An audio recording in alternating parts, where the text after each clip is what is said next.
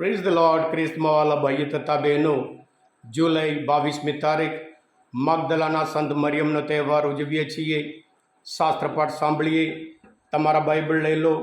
યોહાન ગ્રંથ 20મો અધ્યાય 1 અને 2 અને 11 થી 18મી કલમ સુધી.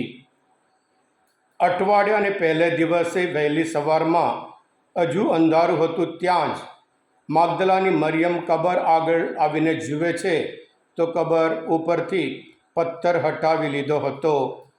આથી તેણે દોડતા સિમોન પીતર અને ઈસુના બીજા વહાલા શિષ્ય પાસે જઈને કહ્યું, પ્રભુને કબરમાંથી બહાર કાઢી લીધા છે અને ક્યાં રાખ્યા છે એની અમને ખબર નથી. પણ મરિયમ બહાર કબર પાસે રડતી ઊભી હતી.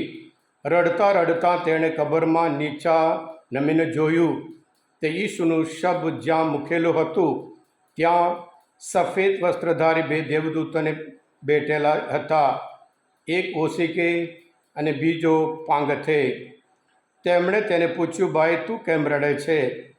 તેણે કહ્યું, કારણ તેઓ મારા પ્રભુને લઈ ગયા છે અને તેમને ક્યાં રાખ્યા છે તેની મને ખબર નથી. આટલું કહીને પાછું ફરીને જોતાં તેને ઈસુ ઊભેલા દેખાયા, પણ એ ઈસુ છે એમ તે ઓળખી ન શકી. ઈસુએ તેને કહ્યું, ભાઈ તું કેમ રડે છે? તું કોને શોધે છે? આ માળી છે એમ ધારીને તેણે કહ્યું, ભાઈ તમે જો એમને ઉપાડી ગયા હોય તો મને કહેજો કે તમે તેમને ક્યાં રાખ્યા છે, એટલે હું તેમને લઈ જઈશ. ઈસુએ તેને કહ્યું, મરિયમ. એટલે તે તેમના તરફ ફરીને હિબ્રુમાં બોલી ઉઠી, રબ્બુની અર્થાત ગુરુજી.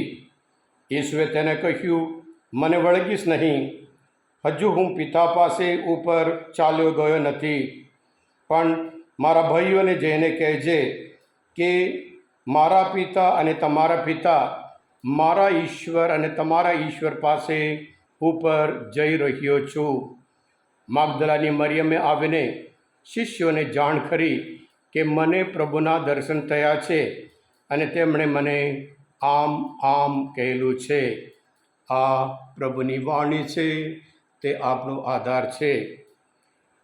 ખ્રિસ્તમાં ભાઈ હતા બહેનો, વડા ધર્મગુરુ ફ્રાન્સિસ 2019 વર્ષમાં મગદલાની મરિયમ એ પ્રેષિતોના પ્રેષિત એમ કરીને એમના બોધમાં કહ્યું હતું.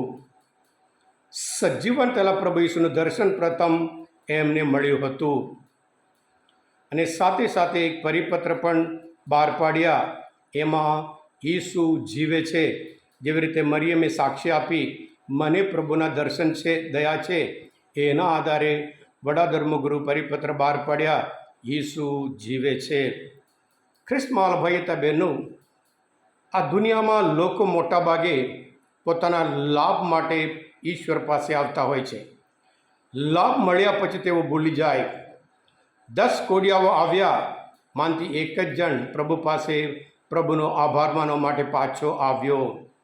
અને એવી જ રીતે આપણામાં ઘણા એવા છે, નોકરી ના હોય તો પછી આપણે પ્રભુ પાસે આવીએ, નોકરી મળી જાય ત્યાર પછી પ્રભુ પાસે જતા નથી. બાળક ના હોય ત્યાં બાળક મળી જાય ત્યાર પછી પ્રભુ પાસે જવા માટે સમય નથી. ઘરમાં કશો આશીર્વાદ જોઈતું હોય, આશીર્વાદ મળી ગયા પછી પ્રભુ પાસે આપણે જવા સમય નથી, ભૂલી જઈએ છીએ. પણ આ સ્ત્રી મરિયમ, એના જીવનમાં ઈશ્વરે પ્રભુ વિશે જે અદ્ભુત કાર્ય કર્યા હતા ત્યારથી સંપૂર્ણ રીતે પોતાનું જીવન પ્રભુ સાથેને સાથે રહેતા હતા. ખ્રિસ્તમાં ભાઈ હતા બહેનો, બાઇબલમાં કુલ 12 વખત આ મગદલાના મરિયમનું નામ આવે છે.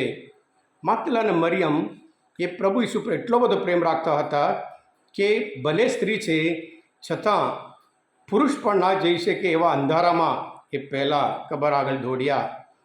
અને પછી એમના જે વિશ્વાસ છે, જે સાક્ષીમય જીવન છે, એ 3 સ્ટેપમાં આપણને જોવા મળે છે.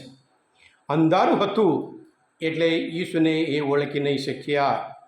આંખોમાં આંસુ હતું એટલે એ ઈસુને ઓળખી નહીં શક્યા. અને પછી એના લીધે એમને લાગ્યું આ તો એક માળી છે. અને જ્યારે એને ખબર પડી કે પ્રભુની એક શબ્દ માત્ર બોલવામાં તો આ પ્રભુ છે, અને તરત જ એને એટલો બધો આનંદ અને પ્રભુને વળગવા માટે કોશિશ કરે છે.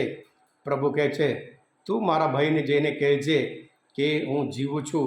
અને બધા શિષ્યો માટે એક પ્રેષિત બન્યા હોય આ મગદલાની મરિયમ છે, અને ત્યાં સાક્ષી પૂરે છે, મને પ્રભુના દર્શન થયા અને તેમણે મને આમ કહ્યું છે એમ કરીને પોતાના પ્રભુ સજીવન તેલા પ્રભુ ઈસુ વિશે સાક્ષી આપી હતી. હા કૃષ્ણવાલા ભાઈ હતા બહેનો, આજે આ તહેવાર ઉજવતા આપણે પણ પ્રભુ પ્રત્યે પ્રભુને ઓળખી શકીએ કે નહીં, પ્રભુ આપણને જોવા મળે છે કે નહીં, પ્રભુના દર્શન થાય છે કે નહીં, મનન કરીએ. પ્રભુના દર્શન ના થયું હોય, જેવી રીતે મરિયમના જીવનમાં અંધારું હતું અને પછી આંસુ હતા જોઈને શીખ્યા, એવી જ રીતે જે અડચણરૂપ હોય, જે ઓબ્સ્ટકલ હોય એ દૂર કરીએ, આપણે પ્રભુને નિહાળી શકીએ, આપણે પણ સાક્ષીમય જીવન જીવી શકીએ અને આપણે પણ કહી શકીએ અમને પ્રભુના અનુભવ થયો છે. Happy feast.